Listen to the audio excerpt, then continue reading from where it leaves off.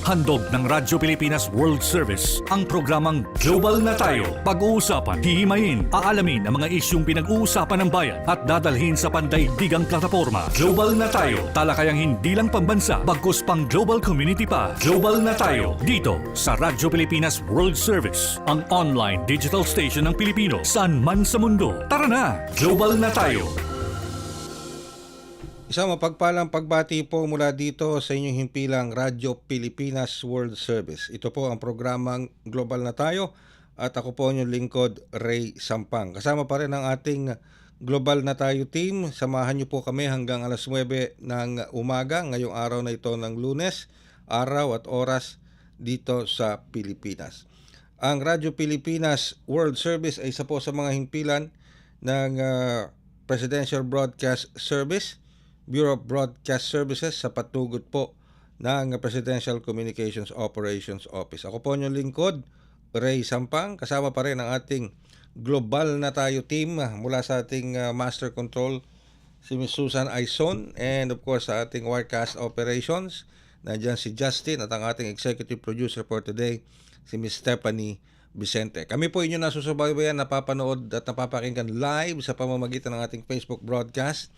Sa inyo pong mga Facebook browser, type lamang Radyo Pilipinas World Service. Gayun na rin po sa ating YouTube channel. Sa inyo pong YouTube browser, type lamang Radyo Pilipinas World Service. Gayun na rin sa iba't ibang panig ng mundo sa pamamagitan ng ating shortwave broadcast gamit ang mga shortwave transmitters ng Voice of America sa Tinang Tarlac. And of course, ang ating real-time, on-time, live audio streaming. I-download nyo lamang sa inyong mga cellphones, Android man yan or iPhone, ang PBS-BBS Radio app. Ayan, at sasama-sama pa rin po tayo ngayon, kahit paki-like and follow ang ating Radyo Pilipinas World Service Facebook page at paki-subscribe na rin po sa ating Radyo Pilipinas YouTube channel. Ngayong araw pong ito, patuloy po tayong tumututok sa kaganapan naman dito sa loob ng ating bansa. Itong mga nakalipas na linggo, nakatutok tayo sa labas ng ating mahal na inang bayan, lalo-lalo na sa Middle East, lalo na doon sa sinasapit ng ating mga overseas Filipino workers o mga Filipinos stranded sa Middle East dahil sa lumalalang tensyon sa pagitan ng Israel, Amerika, magkasama sila laban sa Iran, at ang ginagawa po ng Iran ay retaliatory strikes sa kanyang mga kalapit bansa sa Gulf region, lalo na kung saan merong mga US facilities.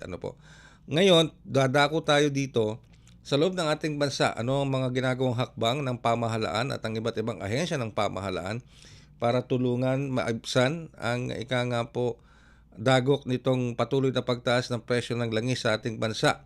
Although bukas, March 17, magsisimula na pong mamahagi ang DSWD ng 5,000 peso cash assistance aid para sa ating public utility vehicle drivers. Uunahin po mga tricycle drivers, pero sunod-sunod na po yan dito sa National Capital Region, at sa mga susunod na araw o linggo, yan naman ay mag-e-expand sa iba't ibang bahagi ng rehiyon sa Pilipinas. Pero wag natin kalimutan, meron tayong mga kababayang mangingisda, yung ating mga fishing communities, yung ating mga fisher folk na nangangailangan din ng ayuda o tulong mula sa pamahalaan. Meron din po mga nakakasang mga ayuda para sa kanila through the Department of Agriculture. At alam nyo ba na maski na ang Philippine Coast Guard, ang ating Philippine Coast Guard ay katuwang upang maihatid ang mga tulong na yan sa ating mga fishing community, sa ating mga fisher folk, lalong-lalo na dito po sa may bahagi ng West Philippine Sea.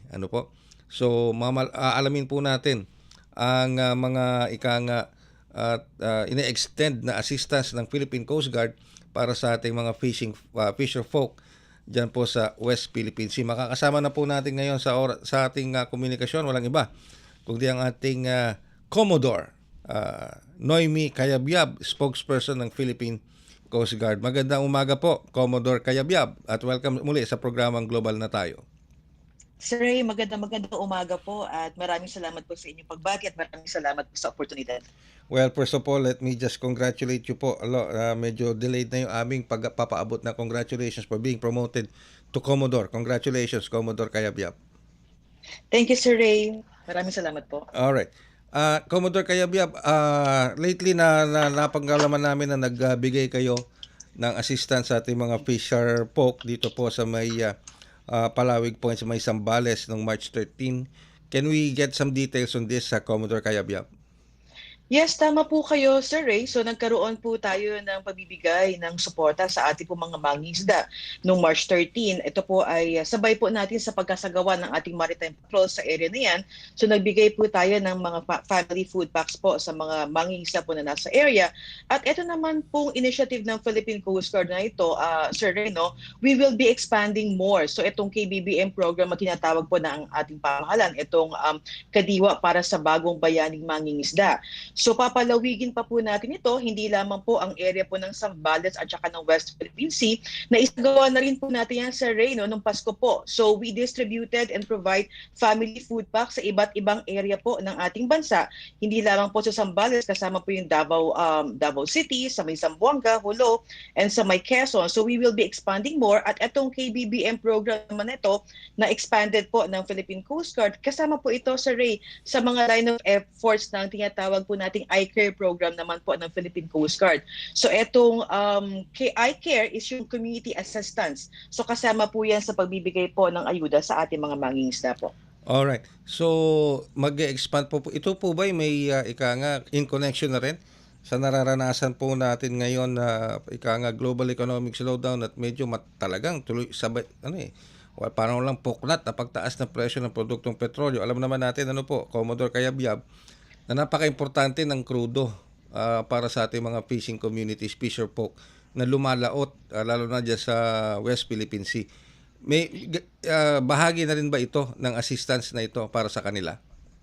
Yes, tama po kayo, Sir Ray. Yan po ang naging direktiba sa atin ng ating Pangulo na tulungan po ang ating mangingisda na kahit papaano po ay maibsan po itong epekto ng pagtaas po ng krudo at gasolina dahil po sa conflict sa Middle East. So we will be sustaining this, and we are very thankful sa mga kasama po natin mga ahensya at even yung Philippine Coast Guard Auxiliary po. So yan po ang gagawin po ng ating Philippine Coast Guard sa iba't ibang lugar at probinsya po. Okay. So, sa ngayon po, dito sa Palawig Point, Zambales, pero meron pa po ba kayong ibang scheduled na pupuntahan sa ibang lugar, Commodore? Well, Sir Ray, ang naging directive po sa atin, naging instruction po ng aming commandant na si Admiral Ronnie Hilgaban. We have 16 regional districts po nationwide. So lahat po ng aming distrito ay binigyan na po ng direktiba na isagawa po itong expanded program po ng KBBM through the iCare program.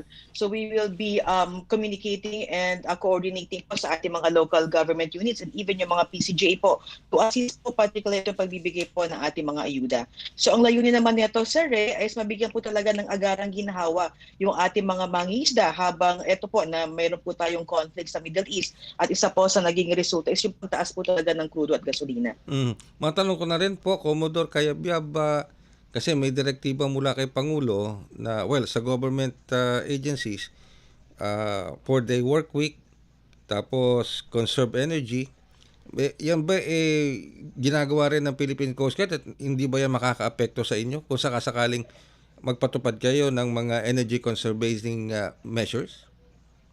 Well, definitely. Pagdating po sa operations, we will not be compromising naman po, particularly itong mga sinasagawa po natin mga safety and security operations po. Yung sa 4-day week po na nabanggit niyo po kanina, hindi po kasama ang Philippine Coast Guard dyan, Sir Ray. So 24/7 po tayo nagtatrabaho. At again, bukas po palagi ang linya ng Philippine Coast Guard sa ganitong mga panahon po. No? Kahit even yung mga regular holidays, wala po tayong bakasyon, Sir Ray. But again, ang assurance na naman po ng Philippine Coast Guard, despite of this guidance po, yung mga energy conservation, we will not be compromising po itong sinasagawa po natin mga araw-araw na operasyon at manatili pong buo at handa ang Philippine Coast Guard kasama po yung pakikibahagi natin sa mga programang tumutulong po sa ating mga komunidad at specifically yung mga coastal communities po natin, Sir Ray. Ito po, Commodore, siguro matanong ko lang sa likod ng patuloy na pagtaas ng presyo ng produktong petrolyo, hindi ba apektado ang operations ng Coast Guard, Philippine Coast Guard natin? Of course, itong ating mga Coast Guard vessels are also using crudo or crudo o gasolina o produktong petrolyo to isagawa itong mga patrol assignments, patrolling vessels natin sa malawak na karagatan natin. Hindi ba ito nakaka-apekto sa inyong operations? Definitely, Sir Ray. Pagdating po sa maritime patrol operations po yan po ang priority po ng Philippine Coast Guard. Siguro magbabawas lang po tayo ng kaunti sa mga administrative activities po natin. Nakakailangan din po itong mga, even yung mga land mobility and barko. But definitely, pagdating po sa law enforcement operations and security patrol, we will be maintaining our posture po dyan, yung ating mga barko po, para just ensure po yung ating seguridad at protektado po ang ating mga kababayan dyan. Ayun. So assured tayo na nandiyan dyan pa rin ang ating Philippine Coast Guard na patuloy na nagpapatrolya at maniniguro ng kaligtasan ng ating mga fishing communities at fisher folk, particularly of course sa West Philippine Sea, pero hindi lang sa West Philippine Sea, sa napakalawak kasi ng ating coastline, Commodore Cayabyab, pero come high hell water, nandiyan dyan lagi ang Philippine Coast Guard. Tama po kayo, Sir Ray. Kasama rin po bukod sa security patrol ay yung pagkasagawa rin po ng ating mga search and rescue na kung saan ginagamit rin po natin yung ating mga barko. So definitely, hindi po maapektuhan ito mga operasyon po ng Philippine Coast Guard na kasama po or ginagamit ang ating mga floating assets, air assets, and even yung mga land mobility po natin. With that, Commodore Cayabyab, again, congratulations on your promotion at maraming salamat po sa pagbibigay nyo ng oras sa ating programa dito sa Radyo Pilipinas World Service. Thank you very much, Commodore Cayabyab. Yes, maraming salamat po, Sir Ray, at magandang umaga po. Ang ating pong spokesperson ng Philippine Coast Guard, walang iba kundi si Commodore Noemi Cayabyab. Magbabalik po kami makalipas ang ilang paalala. Hi, si Ding Dong Dantes po ito. Pahiram lang ako ng 1 minuto mo. I know aware kang kailangan mong takpan ang ilong at bibig mo gamit ang dust mask kapag may pumutok na bulkan. Pero, paano kung wala kang mask? Ganito, kumuha ka ng basang panyo o bimpo para ma-filter ang nilalanghap mong hangin. Tapos, i-check mo rin syempre ang mga kasama mong bata at matanda kung may suot silang mask para safe rin sila sa ashfall. O tandaan mo lagi yan kasi #panatag ang may alam. Maging panatag Pilipinas. Maging fuel efficient. Planuhin ang bawat biyahe para iwas traffic. Mag-carpool para sa mababang carbon footprint at emission. Tipid na pamasahe, may savings ka na aabot sa 10%. This is a public service announcement from the Department of Energy and this station. Makiisa sa makukulay na pagtatanghal at parada. Hatid ang saya para sa bawat pamilya. Selebrasyon ng kultura, sining at pagkakaisa. Matutunghayan dito sa lalawigan ng Laguna. Samahan niyo kami sa pagdiriwang ng Anilag Festival. Anilag Festival Level Up 2026. Hatid ng Radyo Pilipinas, Radyo Publiko. Mabilis ang trivia, dagdag talino. Heto na ang Dagling Kaalaman. Alam mo ba, kumakain daw ng sarili ang ating utak araw-araw? Ang prosesong ito ay tinatawag na phagocytosis, kung saan ang mga cell sa utak ay nililinis ang mga sirang bahagi o sobrang koneksyon para manatiling maayos ang takbo ng ating isip. Kapag natutulog tayo, mas aktibo pa ito na parang garbage collector ng utak na naglilinis ng mga basurang selula at lumang koneksyon. At sa proseso ng paglaki, lalo na sa adolescence, tinatanggal ng utak ang mga hindi na ginagamit na koneksyon para mas maging matalino, mas mahusay at mas handa tayo sa adult life. Kaya oo, kumakain ng sarili ang utak mo, pero ginagawa niya ito para mas maging mahusay ka. Kaunting kaalaman na malaking dagdag talino. Abangan muli ang susunod na Dagling Kaalaman. Ayan, okay. Mukhang ayaw akong papasukin ni Justin palibasa, maghahanda siya ng kambing. Anyway, alright, thank you very much.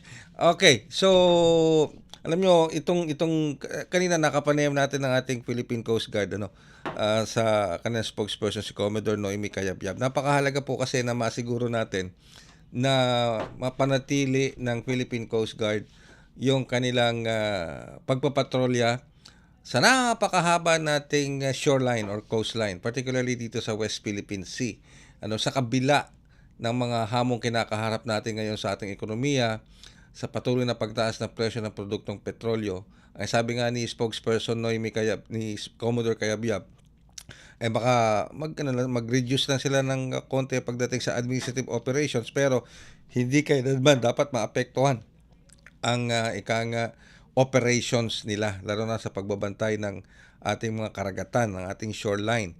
At hindi lang yan, on top of that, patuloy pa rin sila nagbibigay ng assistance o ayuda sa ating mga fisher folk, lalong-lalo na dito sa mga lumalaot sa West Philippine Sea na madalas nahaharas ng Chinese Coast Guard.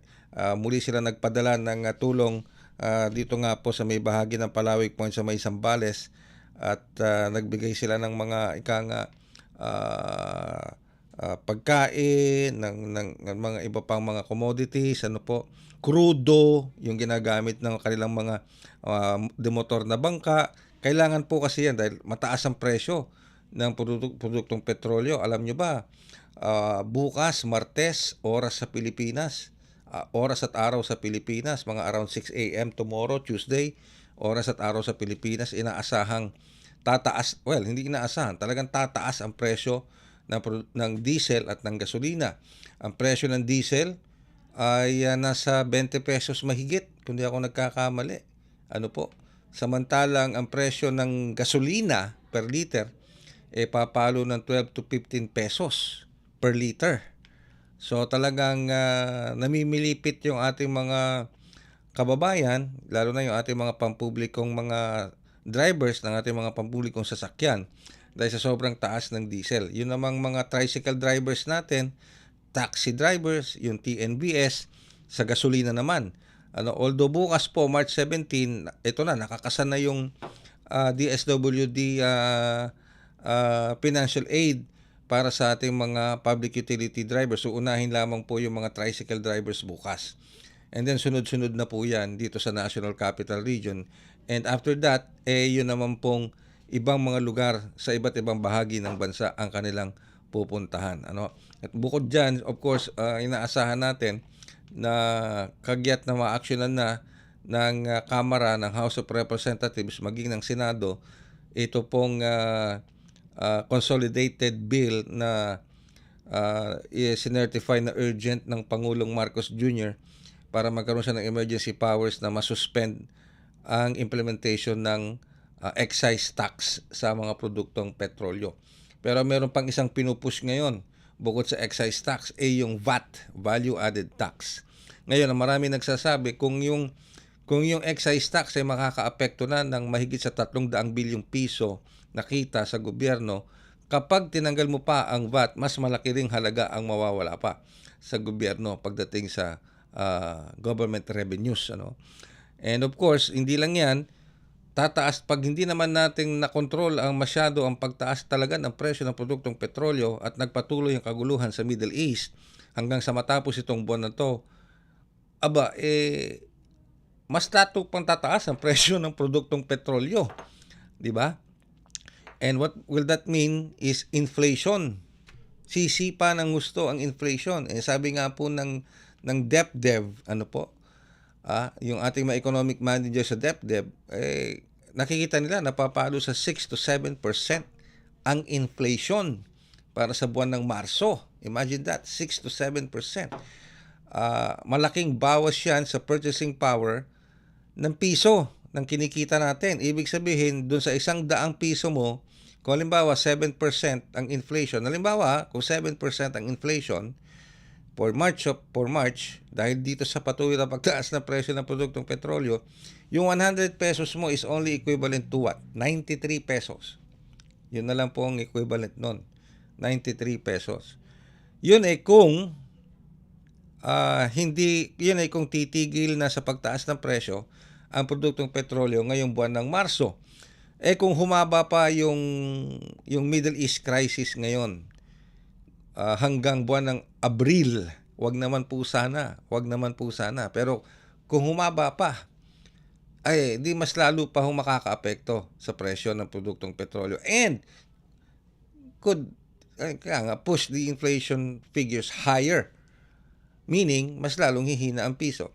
Pero gumagawa na po ng paraan ng gobyerno, ang pamahalaan, upang makasource out ng iba pang sources of oil sa ibang bansa. Kasi sabi nga po, may lumabas na balita sa mga international wires na maging dito sa Pilipinas na pinayagan nilift ng Estados Unidos yung ilang oil sanctions sa Russia.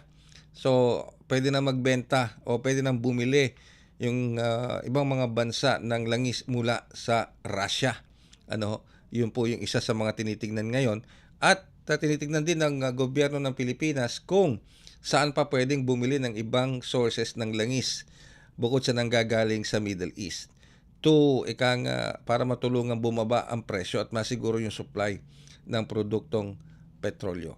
And dito rin sa loob ng bansa natin, muli na pong ipamamahagi ang 20 pesos na bigas. Yung 20 pesos na bigas para makatulong, makaagapay sa mga mahihirap nating mga kababayan, yung mga nasa laylayan na ng ating lipunan, yung mga marginalized sector natin, yung mga senior citizens natin, yung mga solo parent, yung mga 4Ps, yung mga may yung mga PWDs natin at marami pang iba para makatulong, makaagapay. Mukhang palalawakin pa po ng gusto itong pagbebenta ng 20 pesos na bigas, hindi lang sa mga kadiwa stores. Pag-alaman ko na mukhang pati doon sa mga commercial outlets pwede na siyang ibenta. Kaya nakikipag-ugnayan po kami ngayon sa Department of Agriculture maging sa National Food Authority para po malaman namin kung how prepared is the Department of Agriculture and the National Food Authority na ipamahagi na itong 20 pesos na bigas na ito sa mga iba pang mga merkado, hindi lamang sa kadiwa. Okay? And do we have enough supply ng palay o bigas para dito sa 20 pesos na bigas na ito na nakaschedule na rin pong ipamahagi on a wider and broader scale. Magbabalik po kami makalipas pa rin ang ilang paalala. Mabilis ang trivia, dagdag talino. Heto na ang Dagling Kaalaman. Alam mo ba na ang Pacific Ring of Fire ay tahanan ng mahigit 75% ng mga aktibong bulkan sa buong mundo?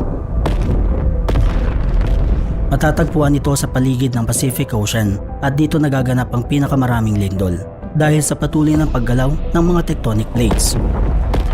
Sa Pilipinas, bahagi tayo ng Pacific Ring of Fire kung kaya't madalas tayong makaranas ng pagputok ng bulkan at mga lindol. Meron tayong mahigit na 20 aktibong bulkan, kabilang dito ang Bulkang Mayon, Taal at Mount Pinatubo, ilan sa mga pinakakilalang bulkan sa buong mundo. Kaunting kaalaman na malaking dagdag talino. Abangan muli ang susunod na Dagling Kaalaman. Maging fuel efficient so regular na preventive maintenance, malinis na air filter, fuel injectors at engine oil, may savings ka na aabot sa 2%. This is a public service announcement from the Department of Energy and this station. Maging fuel efficient, siguraduhin na walang bagahe na di kinakailangan sa sasakyan. Magmaneho ng wasto at iwasan ang idling. May savings ka na aabot sa 15%. This is a public service announcement from the Department of Energy and this station. Mas pinadali na ang government transactions sa tulong ng eGov.ph Super App. Pwedeng-pwede mo nang magawa ang lahat ng ito. I-download ang eGov app sa iyong smartphone o tablet mula sa App Store o Google Play Store. Pagkatapos, ilagay ang iyong mobile number at i-authenticate gamit ang one-time PIN o OTP para marehistro ang iyong account. Saka ilagay ang iyong mga pangunahing impormasyon at kumpletuhin ang facial recognition technology para sa verifikasyon ng iyong pagkakakilanlan. Para sa mas mabilis at mas maayos na serbisyong panggobyerno, gamitin na ang eGov.ph Super App. Kayo po ay patuloy na sumusubaybay sa ating programang Global na Tayo dito pa rin sa himpilang Radyo Pilipinas World Service. Ako pa rin po inyong lingkod, Ray Sampang. Muli po, paalala lang, tayo po ay ika nga nasusubaybayan live sa pamamagitan ng ating Facebook broadcast live. Sa inyo pong mga Facebook browser, type lamang Radyo Pilipinas World Service. Gayun din sa ating YouTube channel. Sa inyo pong YouTube browser, type lamang Radyo Pilipinas World Service. So, please like and follow ang ating Radyo Pilipinas FB page and subscribe to our Radyo Pilipinas World Service YouTube channel. Meron pang isang magandang kaganapan na nais kong ibalita sa inyo kung hindi nyo pa nalalaman ito. Ang Singapore ay tumulong sa Pilipinas sa pamamagitan ng pagtulong nito na ma-repatriate ang 24 na Pilipino na naipit sa Jeddah o na stranded sa Jeddah. So, ito pong Singapore sa pamamagitan ng kanilang aircraft transport, yung kanilang transportation, yung aircraft transportation nila ay inuwi, isinama itong 24 na Pilipino na ito together with other foreign nationalities na naipit dyan po sa Jeddah sa kasagsagan ng tensyon dyan po sa Middle East at nai-repatriate pabalik sa Singapore. Ang ginawa pala ng Singapore government dito, meron silang transport aircraft. Inuna muna nila lahat ng kanilang Singaporean nationals. Nung makitang napakarami pang mga bakante doon sa kanilang aircraft transport, nag-decide sila na kunin pa, magpasakay ng ibang foreign nationals. That included 24 Filipinos na makabalik sa Singapore. Nakabalik na sa Singapore. Hanggat ngayon, nakabalik na sa Pilipinas itong 24 na ito. Well, sabi nga ni Singapore Ambassador to the Philippines, Sir Excellency Constance C, yung pong kanilang ginawa ay isang matatawag na ASEAN Solidarity. Yung pagtutulungan ng mga bansa na miyembro ng ASEAN,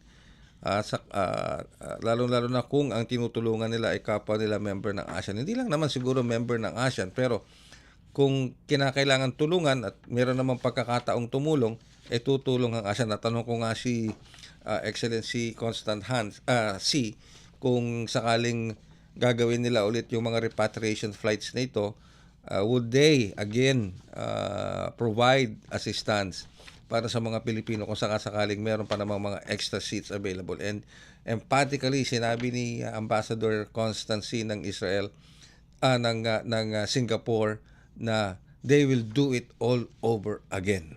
Yan, ganun po. Sana ganun lahat, Sana lahat ng bansa, imbes na nag-aaway, nagtutulungan, nagkakaunawaan. Wala siguro tayo ngayon sa ganitong klase ng sitwasyon. Di ba? Tama.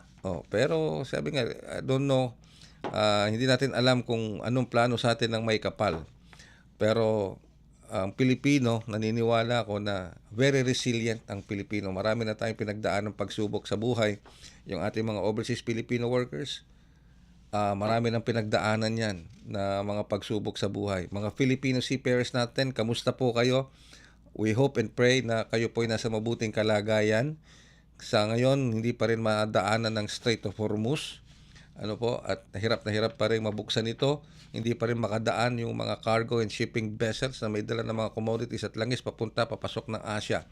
So, asahan pa rin ho natin yan na malaking epekto sa global economy, hindi lang sa global na magti-trickle down, lalo na dito sa ating bansang Pilipinas. Alright, tutok lamang po dito sa Radyo Pilipinas World Service sa iba pang mga balita at mga kaganapan sa loob at labas ng ating bansa. Patuloy po kami nakatutok sa mga kaganapan sa gitnang silangan, sa ating mga overseas Filipino workers, sa ating mga Filipino seafarers, at sa ekonomiya ng ating bansa at sa mga ginagawang hakbang ng pamahalaan para maibsan po ang epekto nitong nangyayari ngayon, kaguluhan sa gitnang silangan. Sa ngalan po ng ating maagang bumangon team,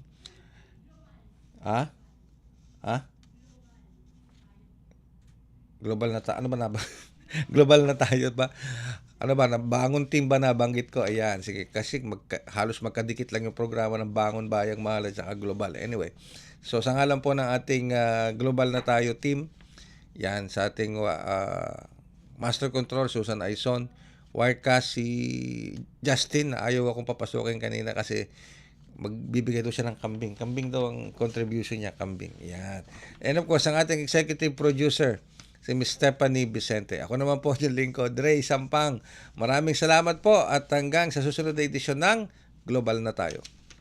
Handog ng Radyo Pilipinas World Service ang programang Global na Tayo. Pag-uusapan, hihimayin, aalamin ang mga isyung pinag-uusapan ng bayan at dadalhin sa pandaigdigang plataforma. Global na Tayo, talakayang hindi lang pambansa, bagkus pang global community pa. Global na Tayo, dito sa Radyo Pilipinas World Service, ang online digital station ng Pilipino saan man sa mundo. Tara na, Global na Tayo.